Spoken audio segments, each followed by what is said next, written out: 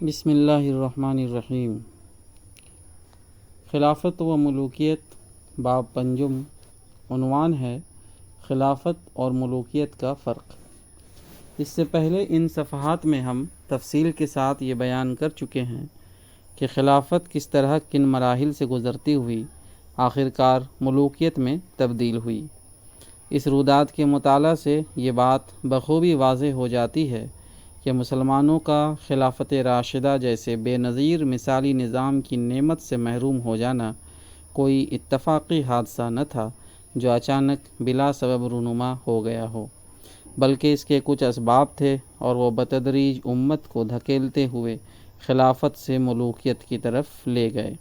اس المناک تغیر کے دوران میں جتنے مراحل پیش آئے، ان میں سے ہر مرحلے پر اس کو روکنے کے امکانات موجود تھے، مگر امت کی اور در حقیقت پوری نوع انسانی کی یہ بدقسمتی تھی کہ تغیر کے اسباب بہت زیادہ طاقتور ثابت ہوئے، حتیٰ کہ ان امکانات میں سے کسی ایک کا فائدہ بھی نہ اٹھایا جا سکا۔ اب ہمیں اس سوال پر بحث کرنی ہے کہ خلافت اور ملوکیت کے درمیان اصلی فرق کیا تھا۔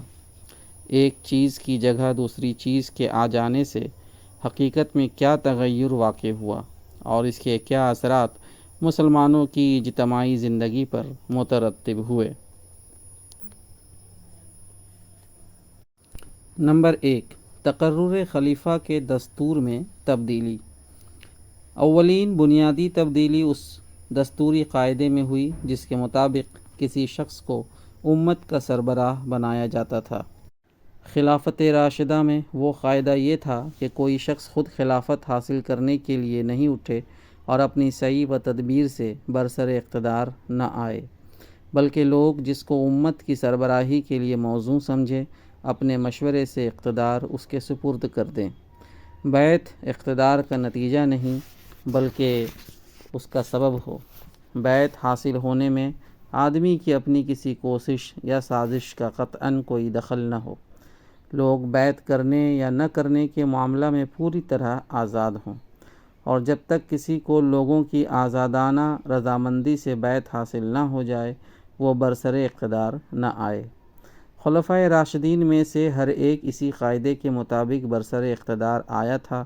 ان میں سے کسی نے بھی خود خلافت لینے کی برائے نام بھی کوشش نہ کی تھی، بلکہ جب خلافت ان کو دی گئی تب انہوں نے اس کو لیا۔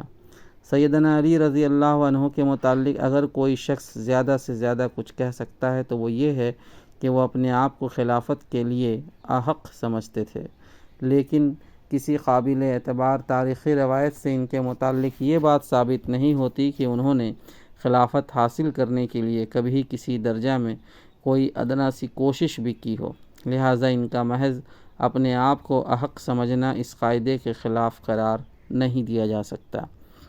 در حقیقت چاروں خلفاء اس معاملہ میں بالکل یکساں تھے کہ ان کی خلافت دی ہوئی خلافت تھی، نہ کہ لی ہوئی خلافت۔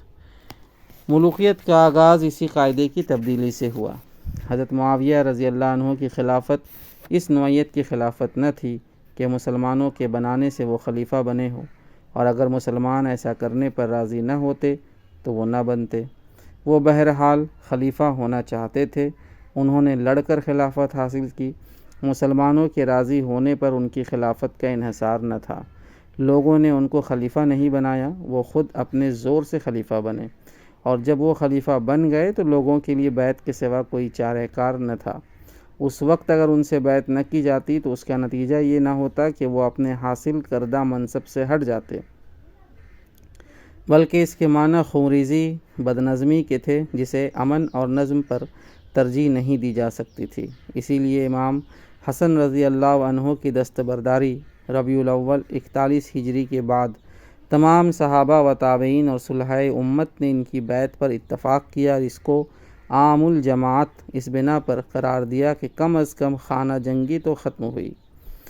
حضرت معاویہ خود بھی اس پوزیشن کو اچھی طرح سمجھتے تھے۔ اپنے زمانہ خلافت کے آغاز میں انہوں نے مدینہ طیبہ میں تقریر کرتے ہوئے خود فرمایا، بخدا میں تمہاری حکومت کی زمام کار اپنے ہاتھ میں لیتے ہوئے اس بات سے ناواقف نہ تھا کہ تم میرے برسر اقتدار آنے سے خوش نہیں ہو اور اسے پسند نہیں کرتے۔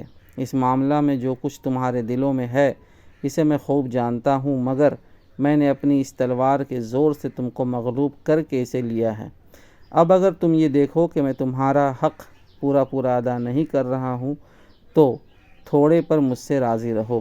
اس طرح جس تغیر کی ابتدا ہوئی تھی یزید کی ولی عہدی کے بعد سے وہ ایسا مستحکم ہوا کہ موجودہ صدی میں مصطفیٰ کمال کے الغائے خلافت تک ایک دن کے لیے بھی اس میں تزلزل واقع نہ ہوا۔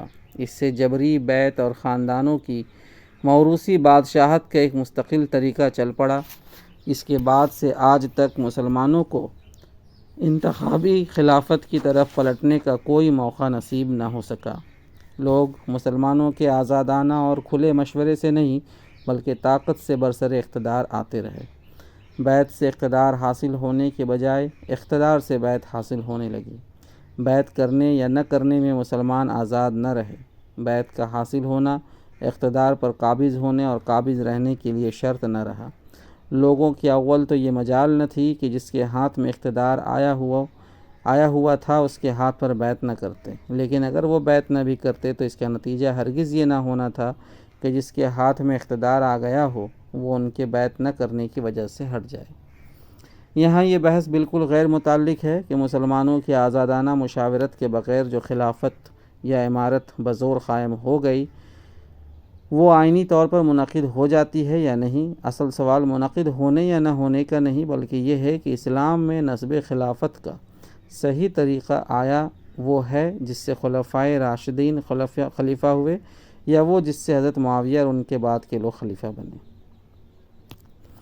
ایک طریقہ کسی کام کے کرنے کا وہ ہے جس کی اسلام نے ہم کو ہدایت دی ہے، دوسرا طریقہ اسی کام کے کرنے کا وہ ہے جس کے مطابق اگر وہ کام کر ڈالا جائے تو اسلام اسے برداشت کر لینے کی ہمیں صرف اس لیے تلقین کرتا ہے کہ اسے مٹانے اور بدلنے کی کوشش کہیں اس سے بھی زیادہ بدتر حالت پیدا نہ کر دے۔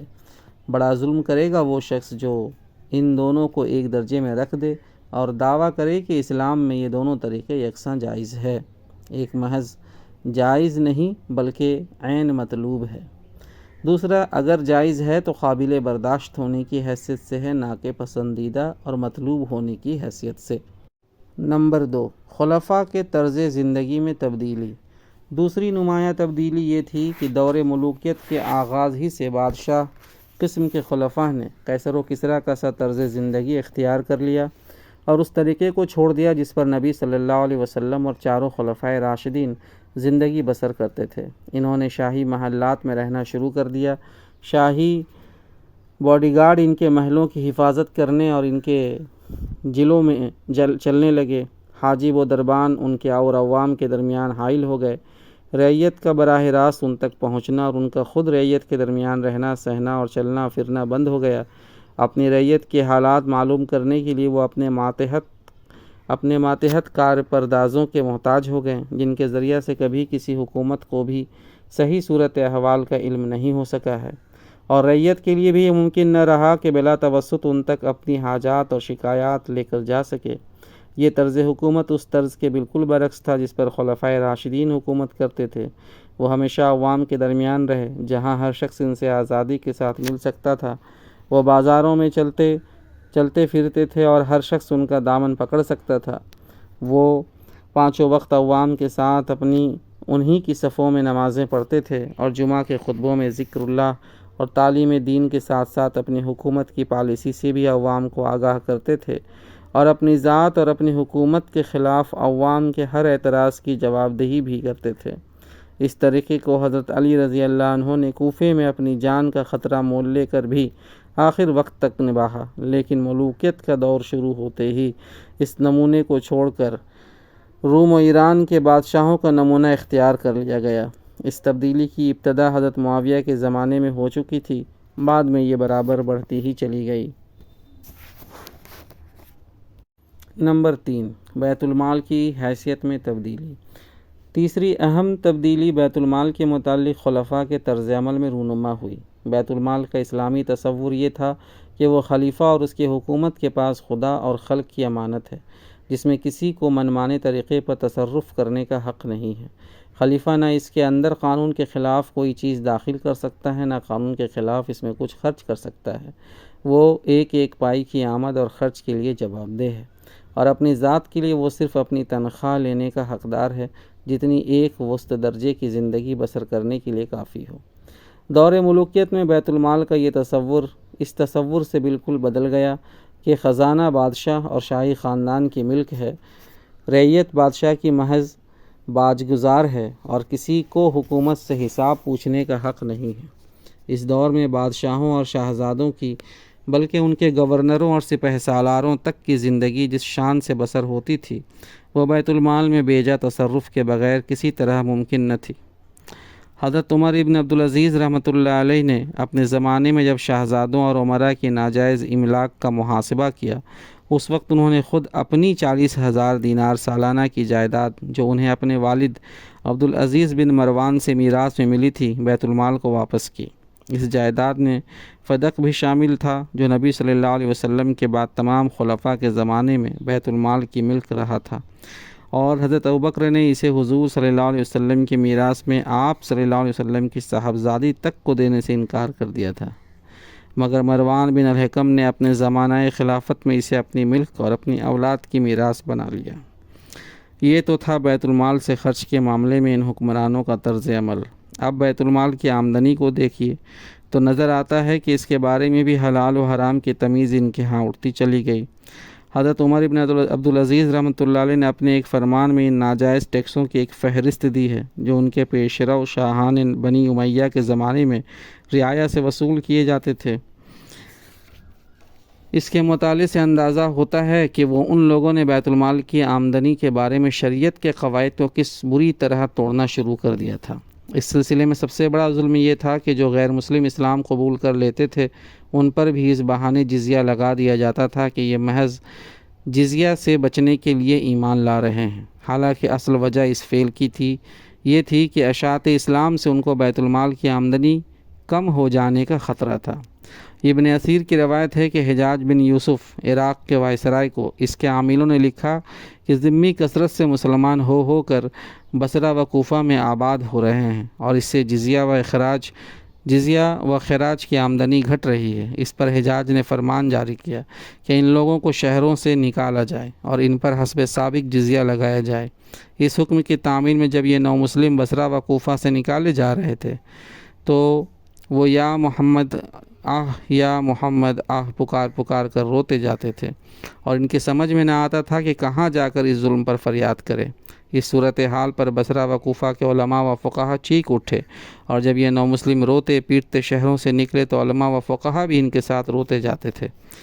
حضرت عمر ابن عبدالعزیز رحمۃ اللہ علیہ جب خلیفہ ہوئے تو خراسان سے ایک وفد نے آ کر ان سے شکایت کی کہ ہزارہا آدمی جو مسلمان ہوئے تھے سب پر جزیہ لگا دیا گیا ہے، اور گورنر کے تعصب کا یہ حال ہے کہ وہ اعلانیہ کہتا ہے اپنی قوم کا ایک آدمی مجھے دوسرے 100 آدمیوں سے زیادہ عزیز ہے۔ اسی بنیاد پر حضرت موصوف نے الجراح بن عبداللہ الحکمی کو خراسان کی گورنری سے معزول کیا اور اپنے فرمان میں لکھا کہ اللہ تعالیٰ نے محمد صلی اللہ علیہ وسلم کو داعی بنا کر بھیجا تھا، نہ کہ تحصیلدار۔ نمبر 4، آزادی اظہار رائے کا خاتمہ۔ اس دور کے تغیرات میں سے ایک اور اہم تغیر یہ تھا کہ مسلمانوں سے امر بالمعروف اور نہی عن المنکر کی آزادی سلب کر لی گئی۔ حالانکہ اسلام نے اسے مسلمانوں کا صرف حق ہی نہیں بلکہ فرض قرار دیا تھا، اور اسلامی معاشرہ وہ ریاست کا صحیح راستے پر چلنا اس پر منحصر تھا کہ قوم کا ضمیر زندہ اور اس کے افراد کی زبانیں آزاد ہوں، ہر غلط کام پر وہ بڑے بڑے آدمی کو ٹوک سکیں اور حق بات پر برملا کہہ سکیں۔ خلافت راشدہ میں لوگوں کی یہ آزادی پوری طرح محفوظ تھی۔ خلفائے راشدین اس کی نہ صرف اجازت دیتے تھے بلکہ اس پر لوگوں کی ہمت افزائی کرتے تھے۔ ان کے زمانے میں حق بات کہنے والے ڈانٹ اور دھمکی سے نہیں تعریف و تحسین سے نوازے جاتے تھے، اور تنقید کرنے والوں کو دبایا نہیں جاتا تھا بلکہ ان کو معقول جواب دے کر مطمئن کرنے کی کوشش کی جاتی تھی۔ لیکن دور ملوکیت میں ضمیروں پر قفل چڑھا دیے گئے اور زبانیں بند کر دی گئیں۔ اب قاعدہ یہ ہو گیا کہ منہ کھولو تو تعریف کے لیے کھولو ورنہ چپ رہو، اور اگر تمہارا ضمیر ایسا ہی زور دے رہا ہے کہ تم حق گوئی سے باز نہیں رہ سکتے تو قید اور قتل اور کوڑوں کی مار کے لیے تیار ہو جاؤ۔ چنانچہ جو لوگ بھی اس دور میں حق بولنے اور غلط کاریوں پر ٹوکنے سے باز نہ آئے، ان کو بدترین سزائیں دی گئی تاکہ پوری قوم دہشت زدہ ہو جائے۔ اس نئی پالیسی کی ابتدا حضرت معاویہ رضی اللہ عنہ کے زمانہ میں حضرت حجر بن عدی کے قتل 51 ہجری سے ہوئی، جو ایک زاہد و عابد صحابی اور صلحائے امت میں ایک اونچے مرتبے کے شخص تھے۔ حضرت معاویہ کے زمانے میں جب ممبروں پر خطبوں میں اعلانیہ حضرت علی رضی اللہ عنہ پر لعنت اور سب و شتم کا سلسلہ شروع ہوا تو عام مسلمانوں کے دل ہر جگہ ہی اس سے زخمی ہو رہے تھے، مگر لوگ خون کا گھونٹ پی کر خاموش ہو جاتے تھے۔ کوفہ میں حجر بن عدی سے صبر نہ ہو سکا اور انہوں نے جواب میں حضرت علی کی تعریف اور حضرت معاویہ کی مذمت شروع کر دی۔ حضرت مغیرہ رضی اللہ عنہ جب تک کوفہ کے گورنر رہے، وہ ان کے ساتھ رعایت برتتے رہے۔ ان کے بعد جب زیاد کی گورنری میں بصرہ کے ساتھ کوفہ بھی شامل ہو گیا تو اس کے اور ان کے درمیان کشمکش برپا ہو گئی۔ وہ خطبے میں حضرت علی کو گالیاں دیتا تھا اور یہ اٹھ کر اس کا جواب دینے لگتے تھے۔ اسی دوران میں ایک مرتبہ انہوں نے نماز جمعہ میں تاخیر پر بھی اس کو ٹوکا۔ آخرکار اس نے انہیں اور ان کے 12 ساتھیوں کو گرفتار کر لیا اور ان کے خلاف بہت سے لوگوں کی شہادتیں اس فرد جرم پر لیں کہ انہوں نے ایک جتھا بنا لیا ہے۔ خلیفہ کو ایرانیاں گالی دیتے ہیں، امیر المومنین کے خلاف لڑنے کی دعوت دیتے ہیں۔ ان کا دعویٰ یہ ہے کہ خلافت آل ابی طالب کے سوا کسی کے لیے درست نہیں۔ انہوں نے شہر میں فساد برپا کیا اور امیر المومنین کے عامل کو نکال باہر کیا۔ یہ ابو تراب یعنی حضرت علی رضی اللہ عنہ کی حمایت کرتے ہیں، ان پر رحمت بھیجتے ہیں اور ان کے مخالفین سے اظہار برات کرتے ہیں۔ ان گواہیوں میں سے ایک گواہی قاضی شرح کی بھی ثبت کی گئی، مگر انہوں نے ایک الگ خط میں حضرت معاویہ کو لکھ بھیجا کہ میں نے سنا ہے کہ آپ کے پاس حجر بن عدی کے خلاف جو شہادتیں بھیجی گئی ہیں ان میں ایک میری شہادت بھی ہے۔ میری اصل شہادت حجر کے متعلق یہ ہے کہ وہ ان لوگوں میں سے ہے جو نماز قائم کرتے ہیں، زکوٰۃ دیتے ہیں، دائماً حج و عمرہ کرتے رہتے ہیں، نیکی کا حکم دیتے اور بدی سے روکتے ہیں۔ ان کا خون اور مال حرام ہے، آپ چاہیں تو انہیں قتل کریں ورنہ معاف کر دیں۔ اس طرح یہ ملزم حضرت معاویہ کے پاس بھیجے گئے اور انہوں نے ان کے قتل کا حکم دے دیا۔ قتل سے پہلے جلادوں نے ان کے سامنے جو بات پیش کی تھی وہ یہ تھی کہ ہمیں حکم دیا گیا ہے کہ اگر تم علی سے برات کا اظہار کرو اور ان پر لعنت بھیجو تو تمہیں چھوڑ دیا جائے ورنہ قتل کر دیا جائے۔ ان لوگوں نے یہ بات ماننے سے انکار کر دیا اور حجر نے کہا میں زبان سے وہ بات نہیں نکال سکتا جو رب کو ناراض کرے۔ آخرکار وہ اور ان کے ساتھ ساتھی قتل کر دیے گئے۔ ان میں سے ایک صاحب عبد الرحمن بن حسان کو حضرت معاویہ نے زیاد کے پاس واپس بھیج دیا اور اس کو لکھا کہ انہیں بدترین طریقے سے قتل کرو، چنانچہ اس نے انہیں زندہ دفن کر دیا۔ اس واقعہ نے امت کے تمام صلحاء کا دل دہلا دیا۔ حضرت عبداللہ بن عمر اور حضرت عائشہ رضی اللہ عنہا کو یہ خبر سن کر سخت رنج ہوا۔ حضرت عائشہ نے حضرت معاویہ کو اس فعل سے باز رکھنے کے لیے پہلے ہی خط لکھا تھا۔ بعد میں جب ایک مرتبہ حضرت معاویہ ان سے ملنے آئے تو انہوں نے فرمایا اے معاویہ، تمہیں حجر کے قتل کرتے ہوئے خدا کا ذرا خوف نہ ہوا؟ حضرت معاویہ کے گورنر خراسان ربیع بن زیاد الحارثی نے جب یہ خبر سنی تو پکار اٹھے کہ خدایا اگر تیرے علم میں میرے اندر کچھ خیر باقی ہے تو مجھے دنیا سے اٹھا لے۔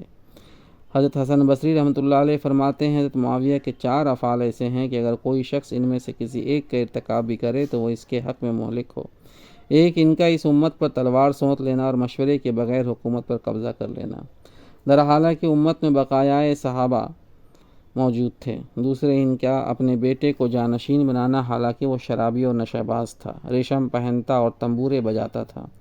تیسرے ان کا زیاد کو اپنے خاندان میں شامل کرنا، حالانکہ نبی صلی اللہ علیہ وسلم کا صاف حکم موجود تھا کہ اولاد اس کی ہے جس کے بستر پر وہ پیدا ہو، اور زانی کے لیے کنکر پتھر۔ چوتھے ان کا حجر اور ان کے ساتھیوں کو قتل کر دینا۔